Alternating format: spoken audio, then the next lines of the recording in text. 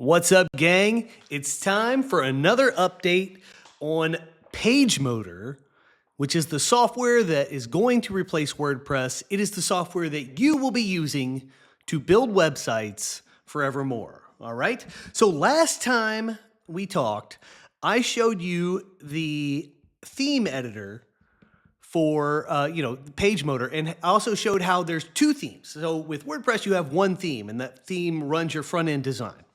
With PageMotor, you actually have two themes. You have a theme on the admin side and a theme on the front end. There's, the reason why you have a theme on the admin and front end side is because regardless of whether you're in the admin or on the front end, you're just serving a web page. It's just a web page. And there's no reason not to use templates for all of those things.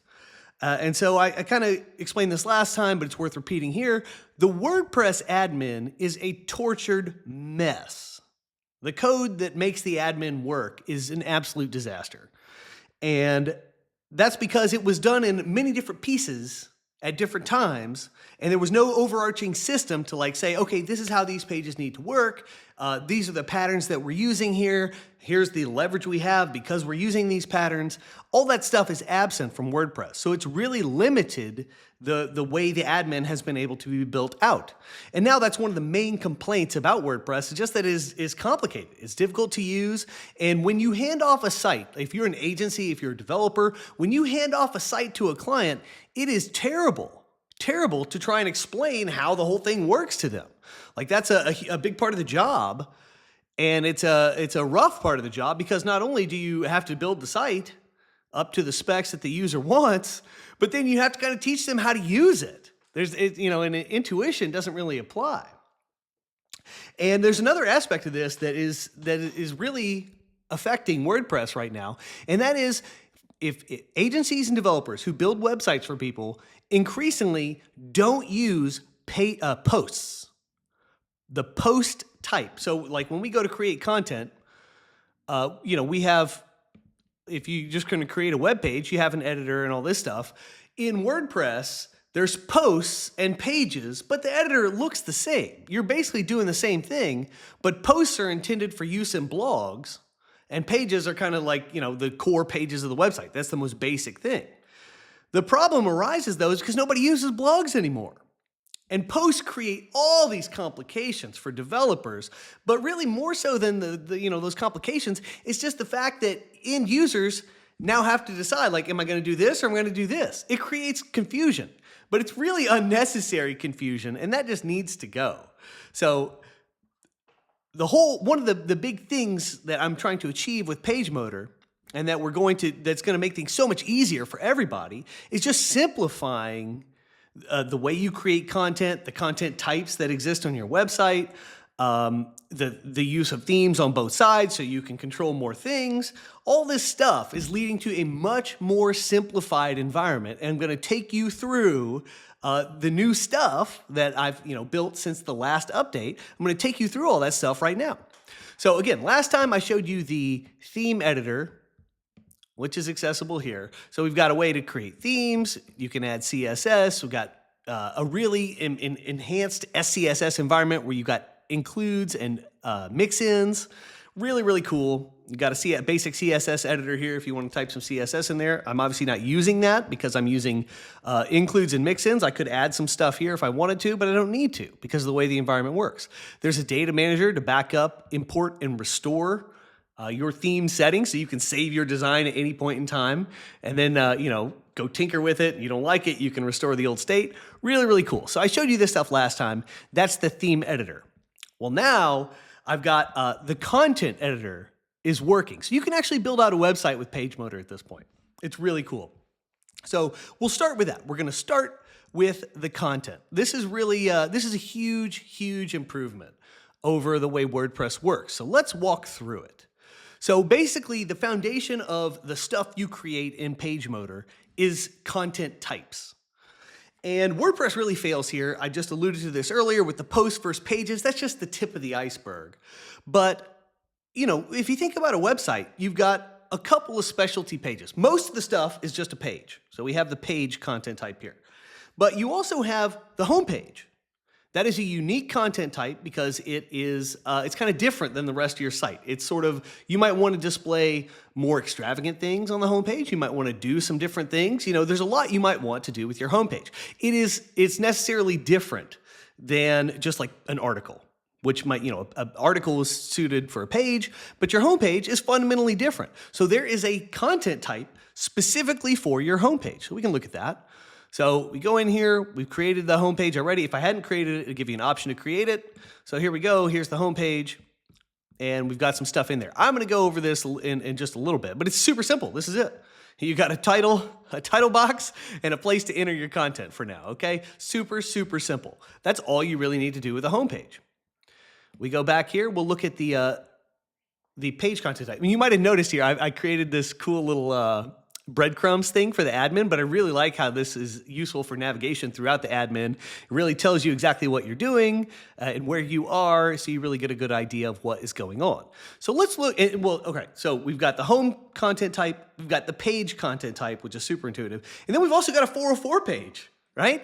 WordPress never provisioned for this, but like it matters. Every good site that's complete has a 404 page. That is its own content type. So we've got a way to edit that. I've already created one, and it's similar to the homepage where you've got a title and a place for the content, and that's that. You might want to put links to specialty pages on your 404 page. Say, hey, I realize you didn't get the content you were looking for, but maybe you want to see this instead. It's just another way to redirect attention on your website. You don't want to miss the opportunity with a 404 page, and WordPress totally fails there. But PageMotor has that built in as a content type. And then I have another content type called modular content. This is supplied by a plugin that is currently running on the system. Not going to mess with this too much right now, but suffice it to say, you create a plugin, you can register new content types to the system. So in the future, the official e-commerce plugin is going to register its own content types, maybe something like subscriptions, maybe product pages, stuff like that. Just to think along those lines. But really, this is the point worth making here. Agencies and developers are living in, with WordPress, it's called custom post types. They're living in this space of creating custom post types. I was reading a thread on X the other day about this agency that is taking all of their clients' posts and converting them into a little in-house content type or custom post type they've created. And it's moving all that content over so it can be used within their little system.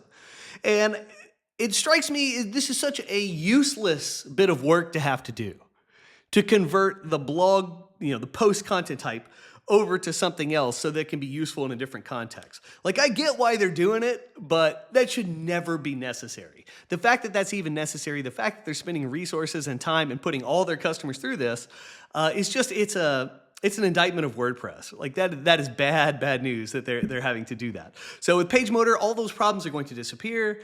Those are ridiculous problems. They're solved by better architecture. You are looking at the better architecture here. So now let's look at the core content type. That is the page content type. And so you can create a new page up here, or you can select to edit any existing pages. Now, I've not done much work on this UI. It's super basic right now. It's just enough for me to be able to do things. So I'll fancy this up. This is not what the final thing's going to look like. But for now, you can select a page that you've already created, and you can go in here and edit it. And we've got URL control, URL slug control. You're familiar with that from WordPress. To create hierarchical URLs like yoursite.com/about/me, for example, you could create another page and then choose this page, the About page, as the parent, and then that would create the nested URL structure. That works the same way as WordPress, but this system it puts the parent selection up with the URL slug to make it more apparent about like how your URLs are built out on the website.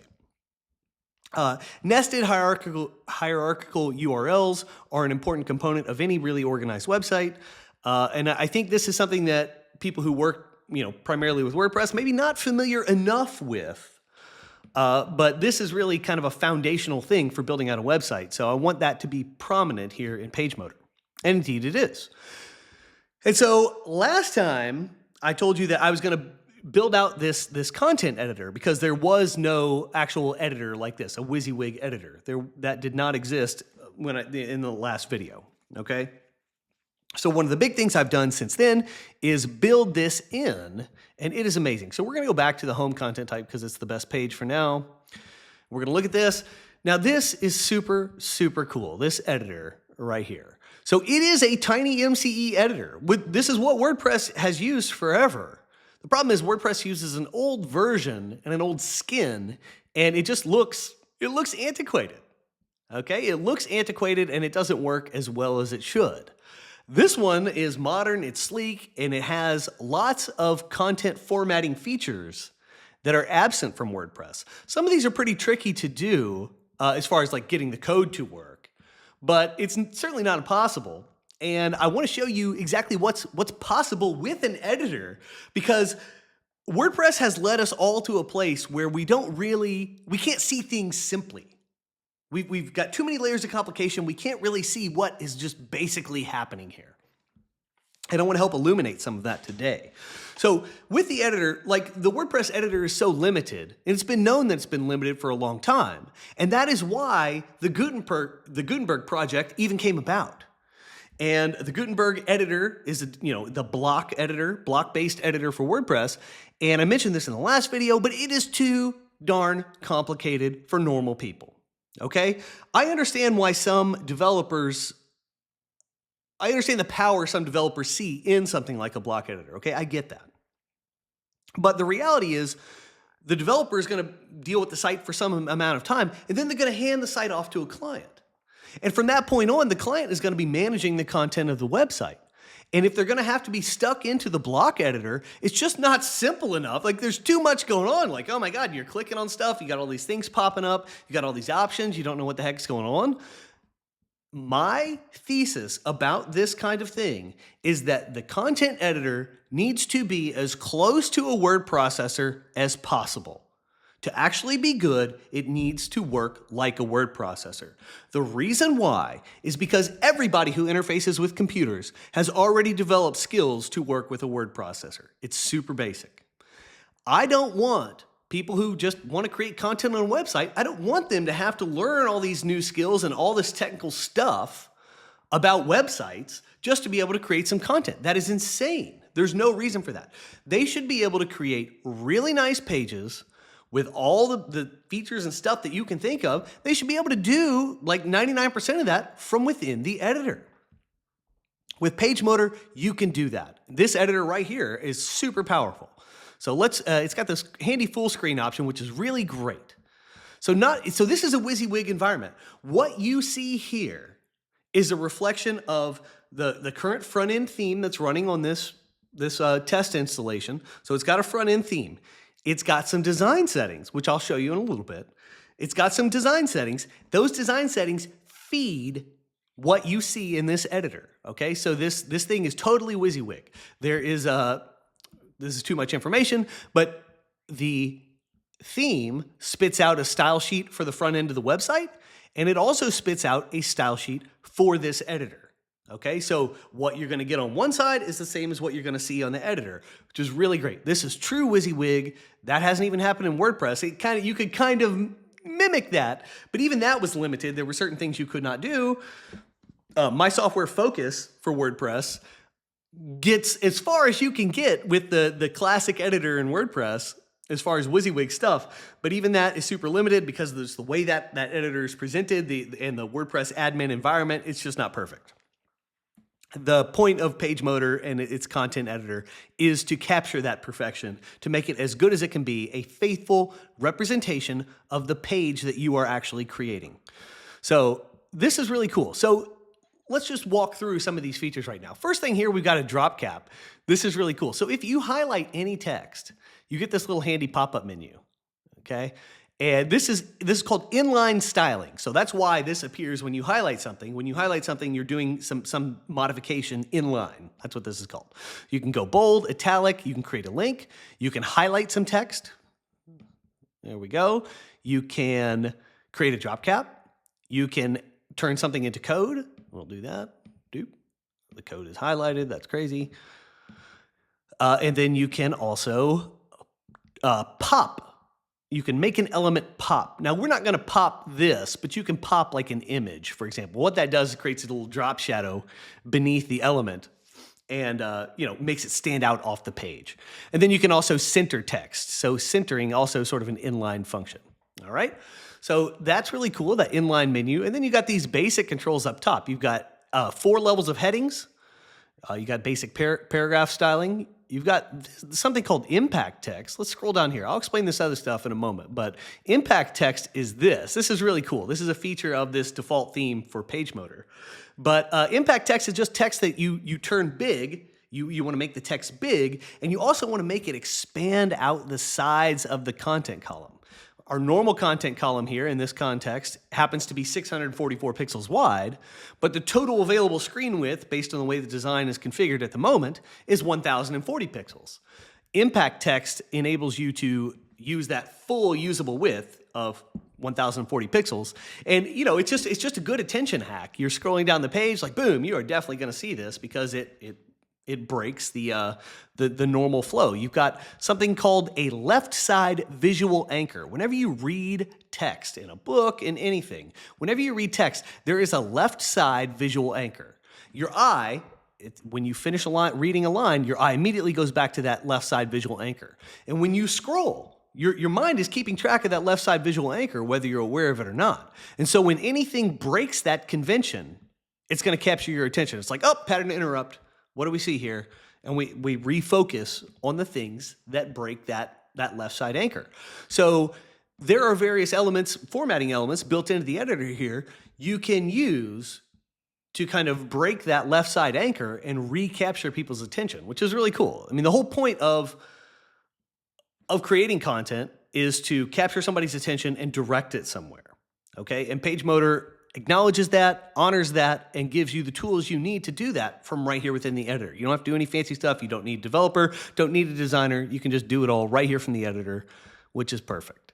Okay, you can also turn some text small. So got impact text is big. We could just turn this text small if we want.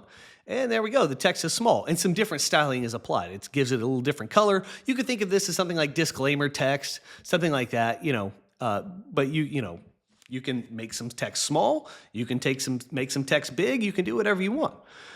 There's also captions. Look at this. So I've got on these sections that span the full width of the editor here. These are known as bleeds. Okay, I will go into this more in just a second, but each bleed, I've created a little a second level heading, and then I've created a caption to follow it. And you can see the caption is this little button right here. I've created a caption because it's kind of nice to have a heading and a caption. For attention, this is a good thing. The colors work with the bleeds. It's really cool. So you got captions. You can add captions wherever you want. Obviously, you could add them after images. You can add them after headlines. You can add them after headings. You can add them after, you got other elements. So like we could create something here called a call out. We create a basic call out, and you could maybe add a caption after this. Let's do that real quick. Oh, my keyboard's in a weird spot, so we'll get out of there. This is a caption for the call out above. And then we'll turn this into a caption, and boom, look at that. We got a little caption there. That's cool. We could center it if we want. We could do this, and we'll center it. And there it is. So you see, you've got just so many options for formatting and so much flexibility. Really, really cool how you can do all this stuff. You can create a button. Buttons are real cool to be able to create this from within the content editor whenever you want. So all you do to create a button, we'll create another one here. You highlight the text, you create a link first. So we're going to link to this. Page Grill was the working name of the software. Of course, it's going to be called PageMotor. So we'll create the button. We got a new button. So we're going to highlight that button again, and now we can turn it, or wait, it's a link. We created the link, and now we're going to turn it into a button, and there we go. All I did was select it, the style of button. There's 5 different default styles. You can control the colors of these in the design options. I'll show you that in a moment. But there you go. You can create a new button, and then that button will be clickable, and it will go to the link you specified. So that's really cool. You're just doing that from within the editor. It takes 0 time. You don't need any real training to do this. That's super simple. Really cool how you can create callouts like this green box here. You've got 3 different colors of callouts you can choose from. So we'll We'll get rid of the basic callout. We'll give it a note callout. And there we go. That's a different kind. And then the alert callout is yellow. We're not going to use that because we got a yellow button here. But that is pretty snazzy right there. You got to love that. So callouts, really great attention feature. The impact text I already showed you, using headings with captions. That's cool. And the real star of the show, though, is these bleeds. Okay, I want to talk about these bleeds. Full width bleeds. Bleed means it goes out to the edges. Bleeds are super important because of the WordPress concept known as page builders. Bleeds are one of the primary reasons why page builders even exist. People wanted to be able to create chunky, full width sections on their pages.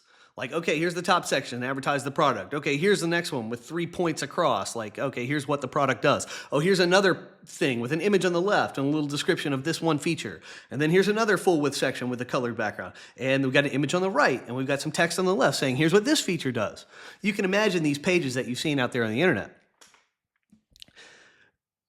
Within WordPress, it's mostly been necessary, unless you used Focus, it's been necessary to have a page builder to do stuff like that. And you certainly couldn't do it from within the content editor. Well, with PageMotor, you don't need all that. You don't need a page builder. Now, little hint, I have a really, really, really cool idea for a page builder, and I'm going to build that in at some point. But I want you to really, let this sink in. You really don't need it. For a lot of the stuff you're going to want to try to do, you're just not going to need a page builder to do a lot of these things that you think you need a page builder to do. So these bleeds are amazing. So let's look at the bleed real quick. So I'll highlight the whole bleed. We'll remove it. We'll remove the bleed. So you take any section of text that you want to turn into a bleed, you highlight it, and then we say, you've got 18 stock colors to choose from. I'm going to make these extensible, so you'll be able to add new ones if that's what you want to do. But anyway, so we're going to add the bleed, and it screwed up my stuff after it, so that was probably a bad idea to remove it. But it sort of matters about the order you do these things in, and I'm going back and retrofitting it, not a great idea. But bottom line is you create the bleed section like this, and it will create that full width block across your layout, and then you've got these great sections. So let's actually look at this page. Let me click out of this. Let's save it. Let's look at this page that we have created. So within the default theme, you've got like a header section, you've got a navigation section, and then you've got the actual content section, and then there's a little footer at the bottom. The content section, what we're doing in the content editor fills out this entire content section. So everything between the nav menu and the footer, we're doing within that content editor. Really, really cool. So here's the bleeds. Notice how the bleeds go to the edges of the layout. Here's the button. The button works. Here's another bleed. So we've got one bleed after another bleed. So this is interesting as well. The way bleeds are formatted, normally you'd have some space after a bleed. But if you put one right after another, the theme is very smart. It says, oh, I see that we've got a bleed after a bleed. Let's format it a little bit differently so that it's snug and it looks just right. So that's really cool. And then we've got another bleed at the bottom of the layout. There's some more magic here. The theme knows that, hey, this is at the bottom. We're going to not have any space after it, so it's going to be snug with the bottom of the layout. So you really can create these full width chunks to separate your page into sections, and you can do this all from within the editor. You don't need a page builder to do it. So that is tremendous stuff. The PageMotor content editor is extremely powerful, it's extremely flexible, and you can really create some amazing pages just with this. So it's going back to that overall theme of simplicity. I want you to use the skills you already have, which is knowing how to use word processors and to do some basic formatting. I want you to be able to bring those skills to PageMotor, and I want you to thrive with the skill set you already have. So I do want to show you one more thing that's really cool. So let's say, we got this little section of text. So we have impact text where you can extend something beyond, to the usable width of the layout. But let's say you want to do that with regular text. So we'll just take this paragraph here. You can choose this. This is the extend option, and that blasts this text out the sides of the layout there. So that's really, really cool. You can extend any text you want outside the boundaries of the content column. You could do this with a call out. You could take a call out and extend it. Let's see if that'll work. I don't know if I've added all these styles yet, but let's see if it works. We'll do the note, and then we'll highlight this again, and we'll extend it. Oh, that's not extension, that's caption. So I kind of messed up the formatting there because I hit the wrong thing, but that's all right. You'll be able to do that. You'll be able to take your call outs and extend them to make that go out to the edges of the layout. It'll be really, really cool functionality that you're going to be able to do just from the editor. So you're going to achieve a lot of the outcomes you want or you think you need a page builder for with just this editor. So that's amazing. And I don't even have all the features built in yet. I'm going to have cards, if you're familiar with the card UI convention, where it's like I'll show you some cards. Let's go to DIYthemes.com. These guys are cards, this and this. These are examples of cards. You'll be able to do that.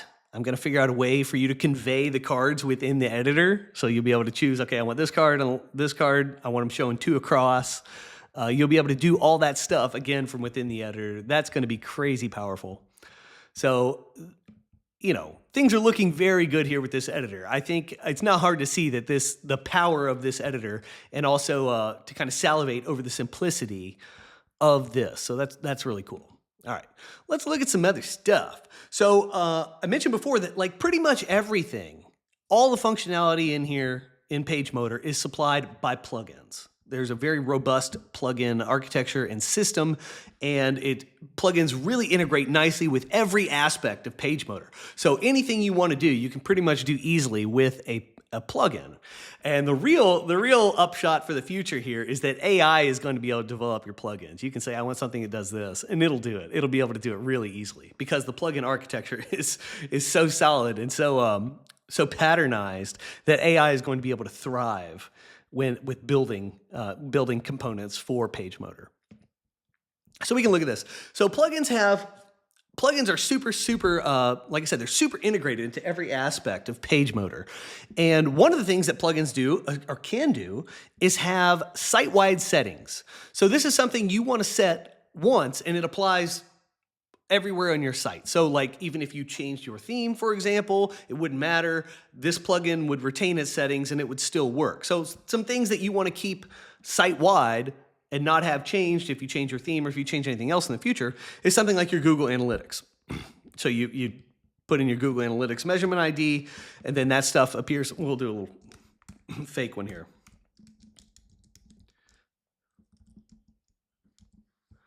So we'll save it. I don't even think that's a proper one. But if we go to the home page and check out the source, we can see that Google Analytics has been added here. Here's some Google Analytics code. Something worth noting here. The PageMotor system is super smart. It knows that you have, that it knows, for example, that Google Analytics requires some JavaScript to work. And the way it's coded up, the plugin says, hey, we're going to need to prefetch, do a DNS prefetch and also a preconnect to optimize the performance of the Google Analytics JavaScript. And so it adds those, the system adds those, and then it adds the script where it's supposed to. And so you've got a fully optimized delivery of these resources. Like with WordPress, adding all that stuff is a huge pain in the butt. Like it requires a developer to go in and take specific measures to optimize everything that's on the page. With PageGrill, when your plugin registers whatever it registers, let's just look at the Google Analytics plugin real quick. What the heck? So with PageMotor, all this does, so here's the plugin. It's 68 lines of code right now, and most of this is like comments and stuff at the top. So all it says, hey, we're going to register some JavaScript. And this is called the Google Analytics JavaScript. It says, I want to prefetch this resource, and then I want to preconnect to this resource. That's what it tells the system. It registers that JavaScript. And then it says there's a JS method. This is telling the system what JavaScript to run. And it says, hey, if somebody has supplied a Google Analytics measurement ID, such as that, if somebody saved that and that value exists within the system, then we're going to serve the Google Analytics JavaScript. which is this. Okay? And then there's an HTML function that actually outputs the scripts, which is this. That HTML function outputs that. It says, hey, if somebody has a Google Analytics ID, let's output this. And that is enough. It tells the system, you tell the system that information. It says, hey, I know we got to do the prefetch. I know we got to do the preconnect. Let's output the code where it's told to be output. And there it is. Even the Google fonts. So right now this theme is set up with, it's called, what is it called? Let's see, IBM Plex Sans for this text and IBM Plex Serif. These are two fonts I really like from Google Fonts. It is using IBM Plex Sans and Serif, and it preloads these resources as well, which is an optimization procedure that happens in a perfect website environment. But again, with WordPress, you'd have to go in and do all this stuff, and developers don't really do that. They don't do a great job with it all the time, and it's just an extra layer of stuff that somebody has to do. If the system works right, all this stuff should be baked in. These are like standard processes for building a proper web page, and in 2025, in the current year, whatever year you're watching this, these are standard processes. They should be baked into the system. Of course, with PageMotor, they are. So you've chosen some Google fonts. It says, hey, preload these resources, and then it serves them so they're available for use, and lo and behold, they work. So the performance of these pages is optimized all the time. It's always as good as it can be. And if new methods for optimization come up in the future, I'll be able to add those to the PageMotor architecture. So I'll always be able to stay on top of that and never be offloading that to developers to have another thing to do, another checklist item on a site. And the reality is most agencies and developers don't really hit all those optimization points. Their job is to get the site working for the client up to the client's specs. So a lot of that stuff is like, that's a bridge too far. Like, you're not really going to do all that. We'll just slap a caching layer, a CDN layer on this thing, which is a whole nother can of worms. And, we'll slap that layer on and be done with it. Well, that's bogus. That's garbage. The thing is, with this, PageMotor is so efficient, like the architecture of the entire software. So not only does it do these optimization procedures to make sure the page is as fast as possible, but the processing time for PageMotor is minuscule compared to WordPress. So it is so freaking fast. I mean, it is so freaking fast. You can hardly tell on most servers that this is not static HTML documents, which is like the fastest thing you can serve. These are darn near as fast. And it's amazing. It is amazing. So for a dynamic PHP-driven environment, for a dynamic content management system, CMS, this is as good as you're going to see. This is amazing. It is so fast. So, all right. So there we go. We got some plugins have site options. They get set here. And you go in and, you can see which ones have site options. You can go in and change the settings if you want. I've got this admin breadcrumbs plugin, which is this thing. I've got this home kernel, this home crumb set to say PageMotor admin. We could make it say something else. Say PageMotor test, and then we'll go back here. And now it says PageMotor test. Everywhere we go, it'll say PageMotor test. So that's really cool. And, just kind of shows the organization of the system, shows off a little bit. But plugins have more options than just that. So plugins have content options. So I showed you the home page and the 404 page, how the editing screen just has like a title and then the content area. Well, pages have URLs associated with them. So the home page, we know the URL, it's yoursite.com. That's the home URL. And then 404 pages are URLs that are not found in the system. But pages can have their own URLs. They can be hierarchical. So we know that pages have URLs associated with them. So this UI for the pages reflects that. But it also gives you some more stuff, such as a custom title tag, a HTML body class. If you want to do some custom design on this page, you can supply custom HTML body class, and then you can go into your custom CSS and target this page specifically. You can add a meta description. You can change the meta robots. You might want to no index a page, whatever. It's kind of SEO stuff, but you can do that. You can even change the canonical URL if you wanted. This is probably never going to be used by anyone. If you built the site the right way, you won't have to mess with that. Certain sites that you convert from old sites and keep alive for a long time, you might use this, but not really relevant. But the bottom line is these content options are supplied by plugins as well. So the plugins have site options, and they also have content options. There's a few more that I might go into here, but and these are served in on the content editor page. So they're served here right when you need them. You can modify them and get whatever results you want on the front end because of those options. So that's cool. In addition, plugins also have theme-specific options. So think about it like this. You might have, let's look at what some of these are. So right now, the fave icon. All right. So usually the fave icon is reflective of the current design or some motif on the front end of the website. So you can set a fave icon for, so right now it's serving an image from a different website because I don't have an image uploader built in yet, but you could have a fave icon that's specific to your design, and then if you change your theme in the future, presumably it's going to be a different design, you might want to change the fave icon associated with it. So that option is relevant to the active theme. And by the same token, I will have, when I ship this thing finally, the PageMotor admin will have its own fave icon that will be different from the front end. So if you're looking up at your browser tabs, you will see that, oh, this is the admin side of PageMotor, and oh, this is my front end side. So that's pretty cool, pretty handy.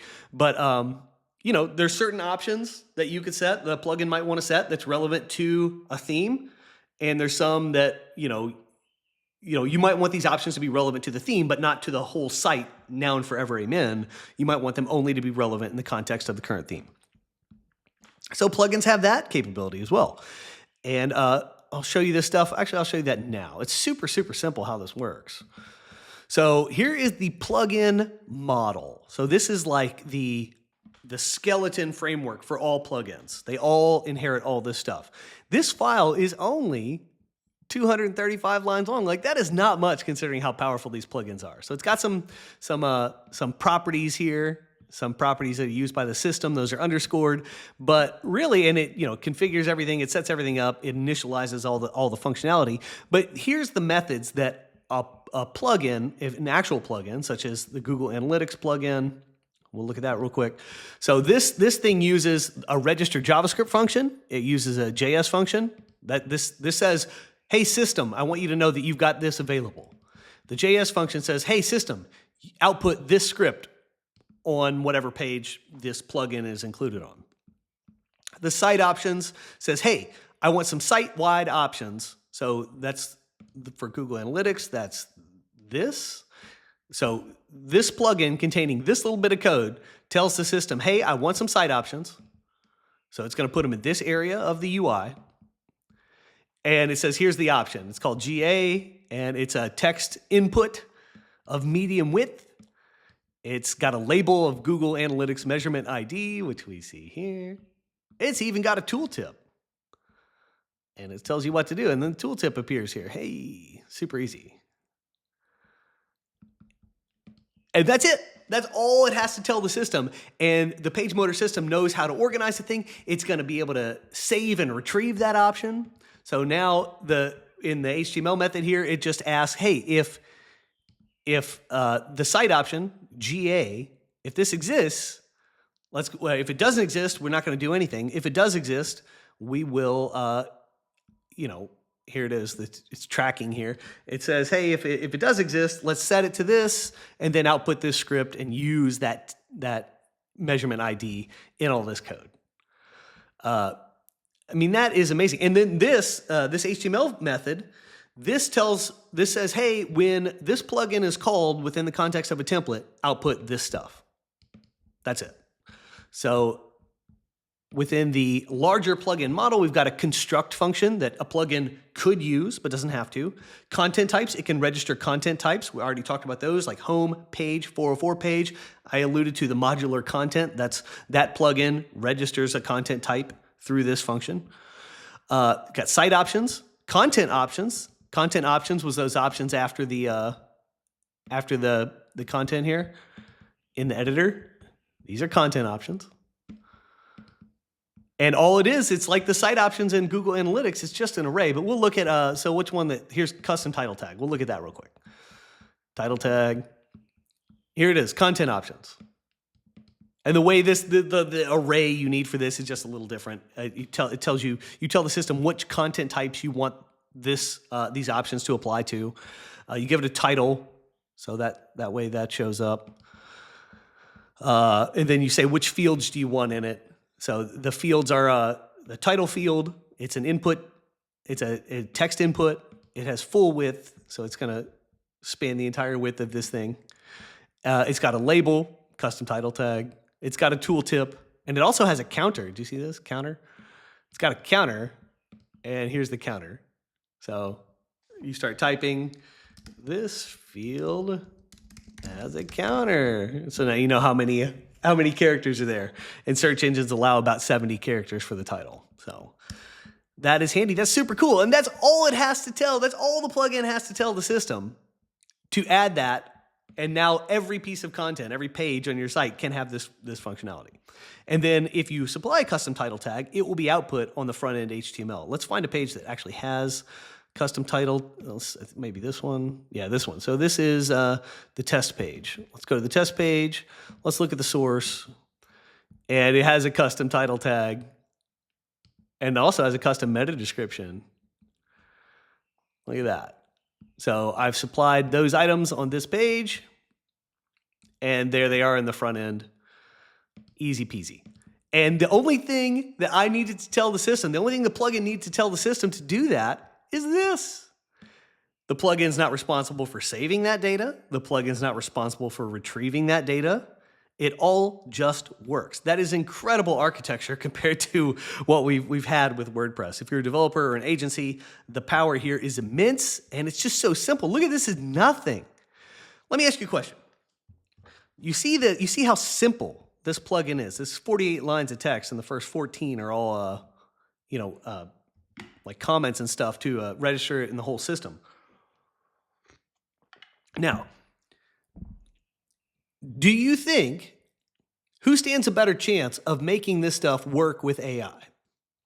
Is WordPress going to be able to make their plugin, like AI create their plugins for WordPress, when WordPress gives you none of this valet functionality? Or is PageMotor going to be able to work with AI in a much more powerful way because it's so simple? You know, training an AI, training prompts and all that stuff the output's only going to be as good as the input you give it. If the input you give it is highly patternized and super repeatable, an AI is going to thrive. Patterns and implementation of patterns is what computers do. This is the very essence of computer science. So PageMotor has been built with that AI future in mind. And the way to maximize that AI future is to give the AIs the most patternized stuff possible so that it can leverage those patterns and give you back meaningful results. So PageMotor is completely set up to take advantage of this AI revolution, or whatever you want to call it. But, all these components will be able to be built with AI in the not too distant future. That is not going to be the case with WordPress. It will never be the case with WordPress because it can't be. It's too tortured. There's too many conditions like, oh, if this happens, then you got to do this. Oh, but in this case, you want to do this. Oh, and if you want to do this, then you have to go back and do all this stuff. It's complicated. PageMotor is the exact opposite of that. It is not complicated at all. So I've showed you the site options, content options, even the theme options that plugins have. I'm just going to run through the rest of these real quick. So we've got theme options, HTML options, box options. That's stuff that appears here in the editor. So like box options are something like this. So boxes are plugins that appear in templates. So you can stick a box. Some plugins have box representations. You stick the box in the template. Here it is. And then you got some options. These are HTML options here. Choose the tag, choose an HTML ID, classes, attributes, all that stuff. There's even some admin stuff. You can have the container be open by default when you look at it in the editor here, in the template editor. And then you've also got, this is for advanced functionality that's called display options, which I don't have built out yet, but it's also hooks, like for hooks and filters, that kind of thing. That layer doesn't even exist in PageMotor yet. It will in the end, but it's hooks and filters are a very critical part of the WordPress developing experience. but they're going to be a very much a secondary part of the PageMotor development experience because plugins have all of these valet functions built in.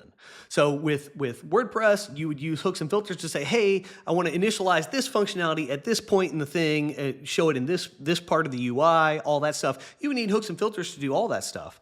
But PageMotor, you just supply it with the basic array of information, and it says, oh, I know where this is supposed to go. I know what we're supposed to do here. I know that we're supposed to save this data. I need to save it in a way that's compatible with the database. I need to retrieve this data. Oh, you're going to need this data at this point in the process. I got to make sure I have it at that point in the process.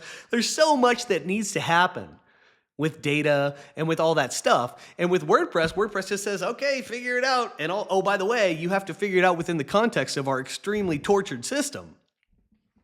None of that with PageMotor. It's all super organized at a level that's hard to even fathom. But so we got HTML options. I showed you those. That's in the editor there. We've also got something called box options, which are related but a little different. Let's look at those. That's these guys. So certain plugins that have box representation and templates have other options that you might want to set. So like here, this says when on the author display, it says author. You might want it to say like by. You could do that. And now it says by. And then we've got another one that's the date, and it's published on, it's also a modification date. We might say published and updated. You know, you could change the text that appears there. You can even change the date format. You don't like it, you can enter a PHP date format here. I've got a link to the documentation page so you can figure out what to enter here. You can change the date format. You know, if you're in Europe and you want to display it differently, you can do that. No big deal. Or if you just like a different date format, it's all good. So some plugins have these box options. And again, it's the same thing. They're just the plugins just said, hey, I've got box options. Here they are. You know what to do. So we'll look at it like for the date. There's a few options there. Let's look at the page date real quick so you can see it. A little demonstration of value here. But there's the box options for the date. It's got a few options there. You can see. Format, date format, where to show it. You know, show the published date, show the modified date, yes or no. The intro to the date and the intro to the modified date. Very simple stuff. And also these are conditional options, right? Like if you show the publication date, then this appears. If you show the modified date, then that appears. And if you're not showing it, then it disappears. That's all built into the architecture as well. When you build out your options arrays, if you're going to do this, it's probably going to be an AI, I'm just saying. You know, you just tell it, you say, oh, well, this option, this checkbox has some dependents. And this will show if the published button is clicked. And this one will show if the modified box is checked, right? So really cool how all this works. I mean, this is amazing. Compared to WordPress, this is just next level stuff. So some plugins can have box options, and that's these guys. And there's a few of them here. We've even got text box for the footer right now. It says this is the footer. We go it here. It says this is the footer. All right. This is a little heads up for the future. So I'm going to take all of these things like this. This is a text box. You can enter anything you want there. HTML, you can enter just bare text. You can enter HTML. You can enter whatever. I am going to make the content editor run on these guys as well. So the content editor is this guy. This. I'm going to make this run on those. And this is going to be a critical part of the future page builder functionality that's going to be in here. Again, I said you don't need a page builder, but I've got some really cool ideas for like how that might be useful visually for people to construct pages. And having the content editor convey in these little options boxes like this is a key part of that. So that's going to be super, super cool. I'm excited about that. I'm looking forward to building that. It's going to be really powerful. So anyhow, so there we go. We got box options on the plugin architecture. Amazing. I've also got template options. It's the last one on this. So if you go into the theme editor, each template has some settings here. And so like the HTML body class has a template option where you can add a body class to this particular template, you know, presumably for some specialty styling. So the body class appears go back to the front end here. The body class would appear in the body tag. This one's got a class of focus right now. It's auto-generated by the system based on the current theme, but I could add another one if I wanted through that interface I just showed you. So that's a way to have a custom thing there. So let's look at that real quick. HTML body, and it's got, oh, a template option. Look at that.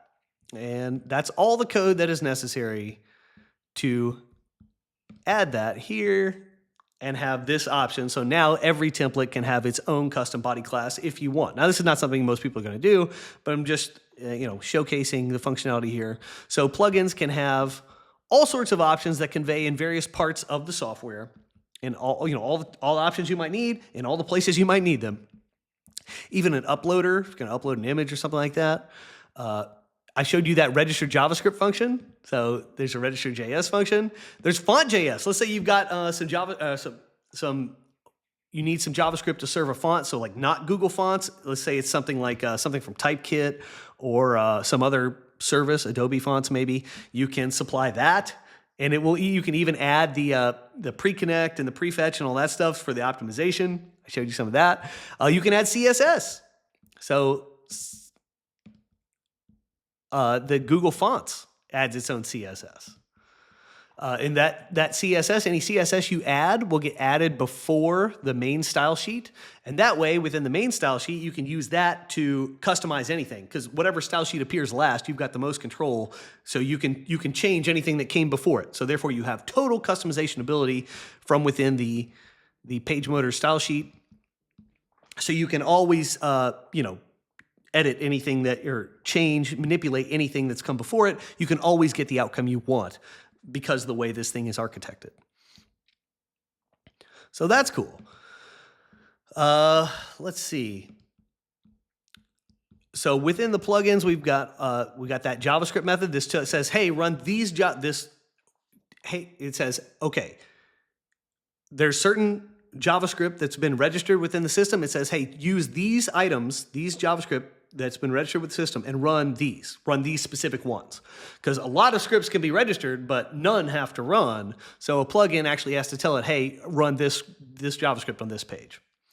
A plugin can even add SCSS mix-ins and includes, and you can even add includes to the editor. So within the theme editor, we've got these mix-ins and includes. And if we look at this, it tells you what the mix-in is and what the source is.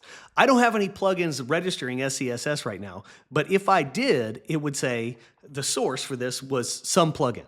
So forecasting ahead to the future, the e-commerce plugin, the official e-commerce plugin for PageMotor, is going to register some SCSS, probably some SCSS includes, and you'll be able to see that the source for that is the the PageMotor ecom plugin. And then you'll be able to go in.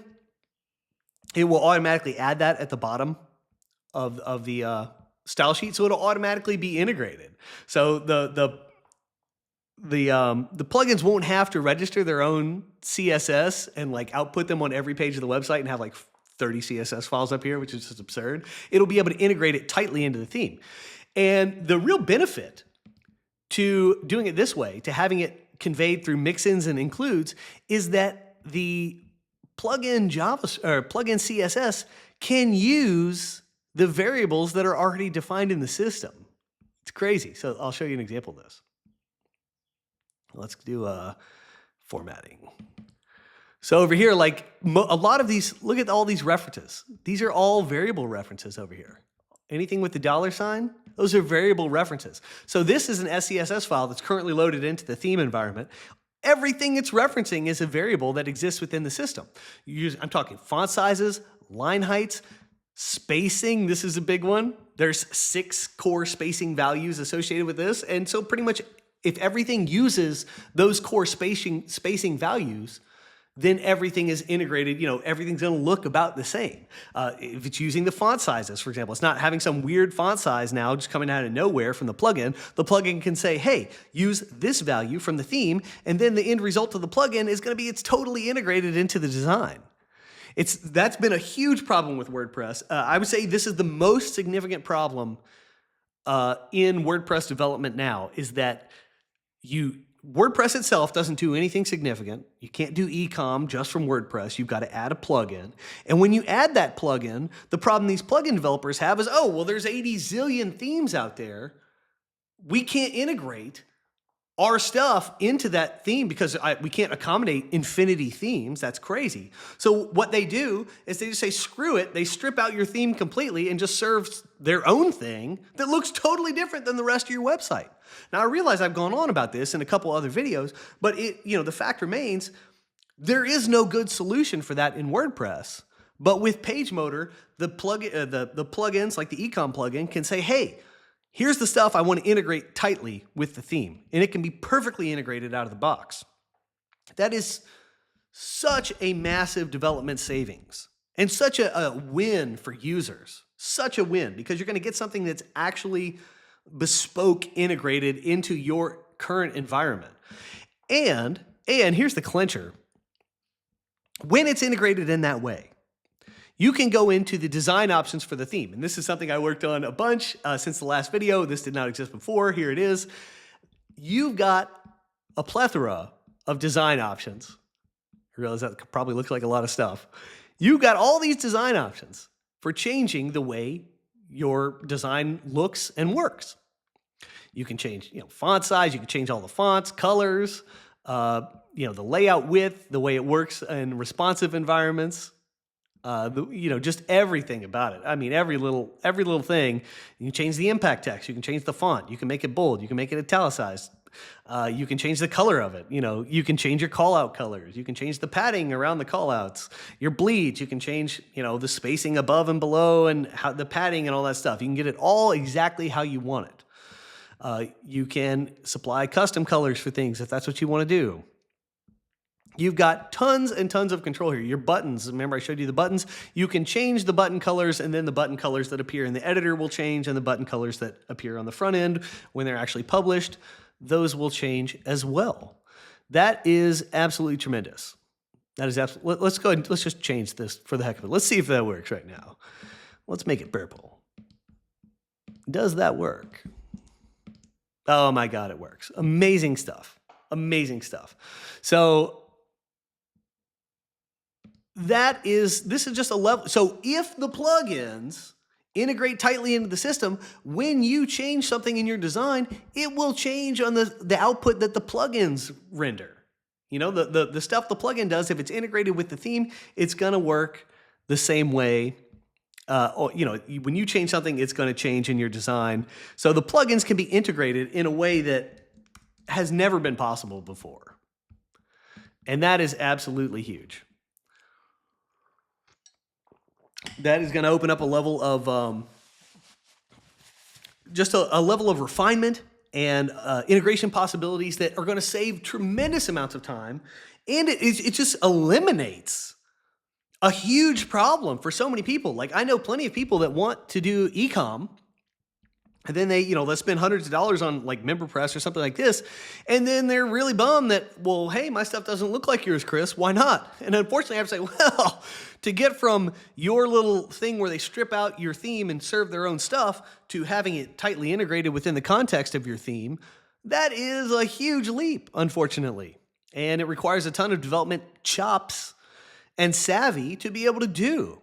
And most people are not in a position where they can even hire a developer to do this. It's not even that simple. You can't just go hire a developer. You're probably hiring somebody from not America, and all they want to do is get the job done, but then they do it in a real sloppy way. It's not patternized. It's not systematized. It's not something you can really work with and thrive with. And then the other side of that is, well, maybe you could hire an agency and do it a little bit nicer. Well, I got news for you, gang. Agencies don't care about you unless you got $25,000 more. I mean, some will go as low as $5,000, but those are few and far between. Good luck finding that. And even then, the quality of work is still questionable because the output is only going to be as good as the system, allows for. And if the system is a haphazard mess, the output's just not going to be very good. And so with WordPress, this huge problem of people want a certain outcome, but to get there is this tortured development layer. And then it's hard to get anyone to do that development. And it's expensive. You see that that means a lot of outcomes are not going to happen. So one of the things that PageMotor is designed to do is to eliminate those supply chain problems so that we can actually get the outcomes we want. Like, there is a lot of thinking that has to go into this to make that sort of setup work. But that is what you were looking at here. PageMotor is designed to make this work so that integrations can actually happen out of the box. They can actually happen out of the box. You can do a minimal amount of things to your site and set it up perfectly the way you want, and to get the results you actually want. Not like, oh, well, you know, we would like this, but because of the nature of the system, we have to have it like this. Like, no, that's a concession. I would eliminate those concessions. I don't want you making concessions. I want you thinking, gosh, dang it, I love what I have. I love the way this is done. I love how this works. This is great. I have a lot of power and control over my website. So these design options are tremendous. These are totally integrated. So if you've used Focus, my software, there is a design options layer here. Let's take a look at that. Let's go design. And you can even see from clicking around WordPress, this is so much slower than the PageMotor UIs I've showed you. So here's the Focus design options. It has pretty much all those options I just showed you on that other page, done a little bit differently. But, you know, there's a mountain of stuff to click through here, and it's not really, this UI sucks, okay? It sucks. But this is like the upgrade to that. You've got everything in one place. Everything's organized in a way that hopefully you can understand what affects what a little bit better. It's really, really cool. So this is tremendous. I can't wait for those of you who are familiar with my software and have used Focus and other stuff in the past. I can't wait for you to get your hands on this. I know you're going to love it. You can really go crazy with the design options here and change the way your site works. So it looks and works. So that's tremendous. So let's change a font real quick, just for the heck of it. We're going to go to Gentium Book Plus, and then we'll change this to, let's do Roboto. Let's do Roboto. Now let's do Roboto. So we'll look at this, and look at that. Our stuff has totally changed. It was just that easy using these fancy Google fonts. It's just amazing how well this all works. We're going to change the font size to 20. Now, when I changed that font size to 20, it was such a subtle difference, but all the spacing and all the relative spacing in the layout changed. There's a little bit more room between the text and the bleed now because the fonts are bigger and everything needs a little more space. That is the power of totally integrated design options like this. When you change something, a lot of things really need to change to go with it to maintain proportionality. This system can do that. This system does that. If you had a plugin that was integrated, all of that stuff would, expand and change to suit the current variables of the environment. Like, this is incredible. This is the way it's actually done. Like I said, it requires some upfront thinking. It requires some treatment here to get to this point. But when it exists, it's just that easy. You just change it and it all just works. This is perfect. So usually, like, if you went into any other WordPress theme and just went into your custom CSS and said, hey, let's change the font size to this, like, you would have some wonky spacing. There would be a lot of stuff that's now inadequate. If you made the font bigger, there'd be a lot of spacing that's now inadequate. All these little tweaks you'd need to make. It's a freaking nightmare. I can't believe people live like that now. It's really unbelievable. We'll go back to 18. 18 is perfect everywhere. Mobile. 18, I think, is the very best font size to use at this point. It strikes the perfect balance between readability on desktop displays and getting enough characters per line on mobile devices. So a little pro tip there. I think 18 is the GOAT. With size 18, we can go to the grtcalculator.com to find out what, let's do system font, what the various font sizes that you get are. So we'll do this. So you get 14 is the small size, 18 is your canonical size, it's your primary font size. You've got a heading that's 23 pixels, another one that's 29, another one 37, another one that's 47. You can see them all here. Boom, boom, boom, boom. So that is cool. That shows you what all the relative sizes you're going to get. So with size 18, that's what you're going to get. And these all happen to be super usable on all mobile devices. Like, it translates well. You can have a font size that's too big, and then, like, on mobile devices, headlines don't appear or words one huge word like the word communication, which is a long word, might have like a letter cut off or something like that. That's unsavory. You can avoid that just by choosing a font size that strikes the right balance between mobile and desktop. 18 happens to do that. It's just a little extra bonus info from a guy who's done this a zillion times. But there you go. So we've got the design options. Super cool. Another thing you can do with the theme is custom CSS. So you've got your design, you've got all your stuff, and you realize, hey, I want to change this one thing, but I can't do it in the design options. What do? You're going to go into custom CSS and you can change a couple things. You've got a really cool environment here. This editor is really nice, actually. I probably need to make the theme editor CSS more like this one, but this got this little panel here you can pull out. You can see all the variables that you can use. If you wanted to add one, you can just click on it and boom. There's also, when you mouse over it, it tells you what the variable is and tells you what the value is. So you know what you're actually getting here. It's crazy. This is super nice. Line height 3, line height 4, font size 3, font size 4. You see the deal. So then you can also just type, this is SCSS enabled. You can see this is SCSS right here with the nesting and the different layers. So you can write any custom CSS you want in there. That custom CSS gets compiled at the end of the style sheet. And like I said, you can reference variables, which is what you should do. And that way, when your design options change, even your custom stuff will adapt to those changes if you use variables in here. So that is super cool. And let's look at, if we look at the source here, here's our style sheet. If we look at it, the custom CSS gets added at the very bottom.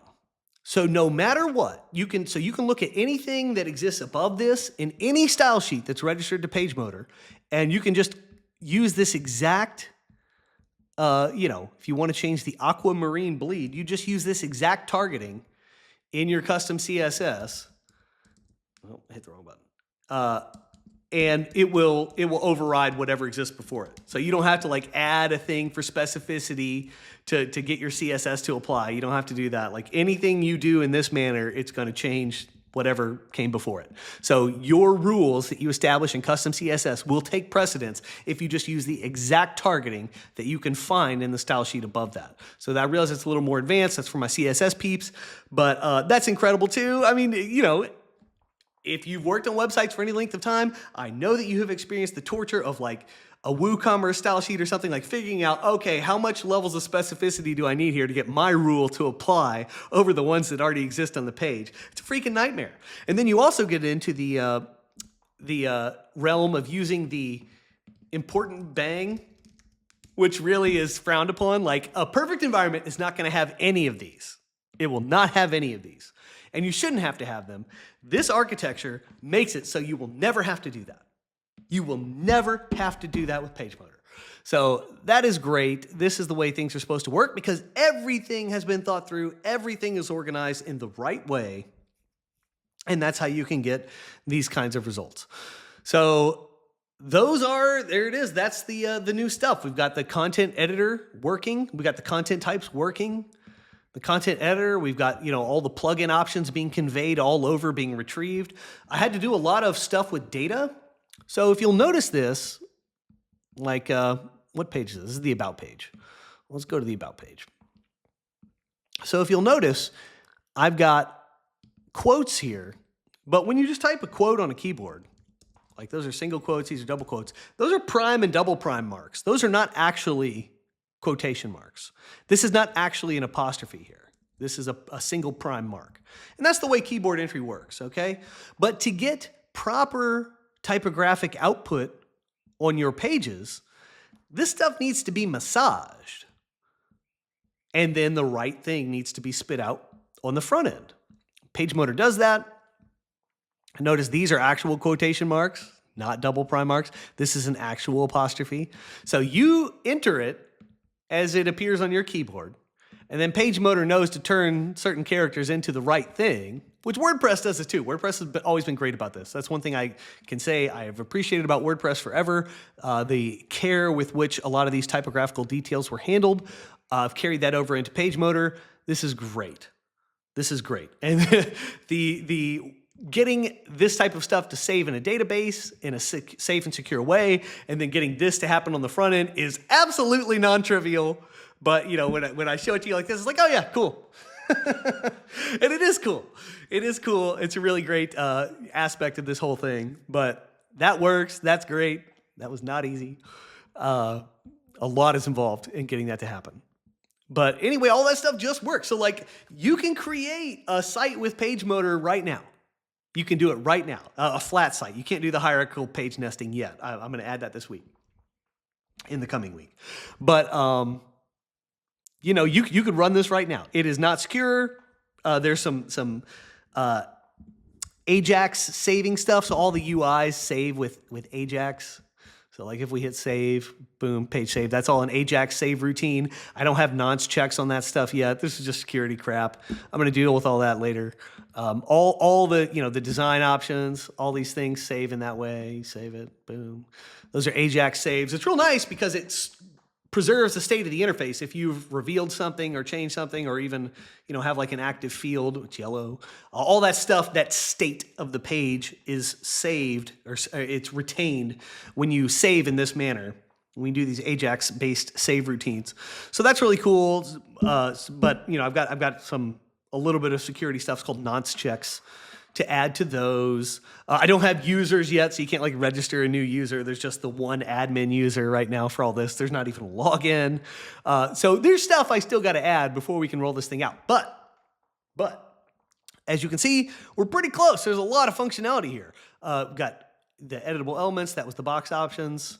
We've got design options. Display options don't work yet. There's not any yet, but I'll have that in the future. Custom CSS works. The plugin options work. The theme editor works. The content type system works. The content, you know, being able to create the content, all that works. We're pretty close to having a workable thing. And just want to point out that this interface, you won't see admin content. You won't see the chef admin theme. You know, if you were just loading this up, you know, for like an end user environment, you would just have a way to edit your content and then also to manage your active theme, or, you know, to go into these options. So there wouldn't be a whole lot going on with the UI. Like there's very limited things you can do. There's nothing confusing about this. There's nothing it doesn't feel technical compared to WordPress, certainly. There's not like some nav bar on the left with a billion items in it. Like this, like what? You're really gonna just hand this off to a normie and expect them to like figure this out? I don't think so, gang. Then we got like settings, and plugins will register some things here. They'll register some things up on the bar. They'll register some things in like tools. Like I can never find the stuff I need in WordPress. It's always so annoying. You know, we're 20 years into that experiment, 22 years into that experiment, and it's still super freaking annoying. And like this just ain't it. It's just not it. Especially like the this really this versus this. For me, this is a pretty clear distinction about which one looks compelling and easy to use and like airy and like feels like I can absolutely cook with this. But this just feels technical. There's no way around it. And it's not organized in a way where you can like tell, like, oh, if I do this, then this is what's going to happen. There's just contextually, there's just so much wanting with these UIs. And we know this. That's why page builders exist. That's why all this tortured stuff exists in the WordPress ecosystem. It's because the design of the whole system, and I don't mean like design like, you know, fonts and colors and stuff. I don't mean that. I mean the way the whole thing freaking works is broken. It's not good. We need PageMotor. We need PageMotor. It is how we can deliver simple solutions that are intuitive to use to everybody. I'm talking intuitive and easy at every level. I want end users to thrive with the skills they already have and to feel confident that they can build out a website with really nice formatting and stuff. They can do whatever they want. That's great. I want developers to know that they can do things so simply and so easily. Think like, oh, to have tons of confidence, like I know how to do this. The system already is ready for me to do this. Here's what I need to do. It's so easy. I want web hosts to be loving the fact that the amount of resources to serve these pages is going to be minuscule compared to WordPress. We're talking efficiency gains at every level. This is important. The energy usage of the whole thing. If you got 1 million websites running this versus 1 million websites running WordPress, the energy consumption of the sites running PageMotor is going to be a fraction, like a single-digit fraction of the sites running WordPress. That matters. We're lowering energy consumption. When you do that kind of stuff, when you see, oh, less energy consumption, faster, all that stuff, it's just, you're winning at every level in every way. Every interaction with the software is easier. It's more straightforward. It's more intuitive. This is what things look like when things actually get simpler and better. This is what improvement looks like. So now I've showed you all this stuff. I've said we're pretty close to being able to actually do something significant here. My plan for the next 2 months. I want to do it in 1 month, but I got to be honest, maybe it'll take 2. But I'm going to roll this thing out. Super beta. I want to emphasize this is crazy beta level, like version 0.1 beta of PageMotor. But it's going to be a closed system thing. So we're going to have like a pre-launch, okay? PageMotor itself, in the end, the basic PageMotor software is going to be free. The PageMotor pre-launch is not going to be free. The reason it's not going to be free is because you're going to get a whole lot of perks. The perks are going to include some level of access to the e-commerce plugin, the future e-commerce plugin that's sort of going to be the backbone of any real site with PageMotor. There's going to be some add-on components. You get access to all those. There's going to be forums. I'm going to launch these within the next 2 months. There's going to be forums. Their development. So with WordPress, right, you have these contributors to WordPress. And there's, the WordPress.org website. There's lots of documentation. There's, there's 4 new versions a year. There's all these development teams on those new versions, all that stuff. To be a contributor to PageMotor, you will need to be a member of the forums. It is a skin in the game kind of deal. Okay, and that will carry some annual cost. But in this pre-launch thing, anyone who signs up for the pre-launch is going to get lifetime access to those forums. So you will be a de facto contributor on some level by virtue of getting into this early launch beta. Obviously, you'll get access to the software. You'll be able to run this. Now, disclaimer, when I first roll this out, you're going to need to run this on a test site. You should not be running this on a real website. I think that goes without saying, but I have to mention all the details here. So you'll be able to get that. You're going to get some level of access to the future e-commerce plugin, any add-ons, official add-ons, which I'll be providing. And then you'll also be able to do, I'll probably do tiered access. So like the highest level, you're going to get access to the AI tools that I develop in the future for building out plugins, maybe even themes. I don't know. The themes thing is interesting. I'll need to do another video on that. Ideally, there's only one theme that we use forever, and that one theme can be manipulated to any outcome. That introduces a ton of downstream efficiencies, like with design options, things like that. And for the ability that plugin developers have to build out stuff that integrates perfectly. That would be nice if there's really only one theme ever. But that's not the intent. The intent is to make it, you can have as many themes as you want. So yeah, ecom access, the themes with the developer/contributor themes. You'll be recognized as a charter member at some level. You might be elite, might be premium tier, whatever it is. And you will be, active and visible members of the PageMotor community by virtue of being a part of this early beta. And of course, the intention is to get you to use it and to give me feedback. Like, hey, I really need to be able to do this. How can we do this? What do we need to do? All that stuff. Maybe if you're interested in building plugins, I'm happy to give all the feedback in the world about that kind of thing. I want to identify the holes in the software, and I want to solve the problems that need to be solved before we can really roll this thing out. So if you are inclined to contribute, if you have some expertise, like you have a lot of experience with like login systems and user management, that kind of thing, I'd love to hear from you. If you're a security guy, I'd love to hear from you. Security person. Whatever expertise you bring to the table. If you deal with a lot of e-com websites, if you're an agency, my God, if you're an agency, please sign up for this thing. All that stuff. I want to hear everybody's needs, and I want to make sure that the system is set up to accommodate all the things that we all need to do out there, and in the land of building websites. I want to make sure the system is set up to do all that stuff that we need to do in the best way possible.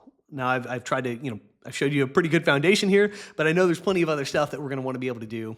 And like I said, I've also got some ideas about some really cool features I want to bring to this as well. And we'll be able to talk about all that in the forums. But anyway, so stay tuned for that. That is coming. I want to start getting this out there in people's hands. If you're a web host, I want to talk to you about this. Like I said, eventually, the basic PageMotor platform will be free, similar to WordPress. It has to be free. The basic platform has to be free. And I've had some discussion with other people like, oh, you got to charge.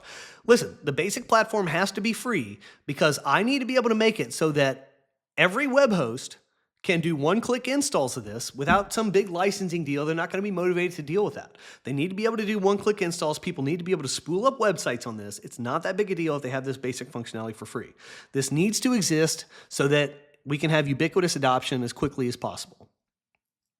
I think the foundation of any future website, like real websites that are going to persist into the future, they're going to have some e-com component. And so that's going to be the money-making thing that kind of sustains this, I think, is that e-com thing. I even think that there's some aspect of e-com that might be able to be free or much cheaper. So think about, there's a difference between having, like a product sign up and then that you get members on your website and all that stuff. There's a difference between that and like invoicing and collecting payment on your website. Like one's like a cashier and the other one's like a store. To me, the store is much more significant than the cashier. Maybe we can provide that cashier functionality for much cheaper, maybe a one-time deal, maybe just a super low annual price, something like that. Like all these possibilities exist, and it's really covering all the different levels of e-commerce. Like Gumroad does sort of the cashier thing. Obviously, you got like WooCommerce and Shopify and some of these other ones doing like the full store functionality. There's a whole spectrum there. And then there's also the most interesting area to me of growth is this community, paid community type approach to e-commerce. Where people get products or they get membership access or some combination of those things. That's what I do on my websites. And then there's also even another layer of like a software store, and there's certain stuff you need that's endemic to that, like license keys, all that stuff, subscriptions, those kinds of things. So anyway, that is all coming, and I want to, like I said, I want you guys to be aware that I'm going to do this early launch beta thing. I want you to think about whether or not this is something you want to be a part of. If you are an agency, a developer, web host, or a hobbyist, this should be of extreme interest to you.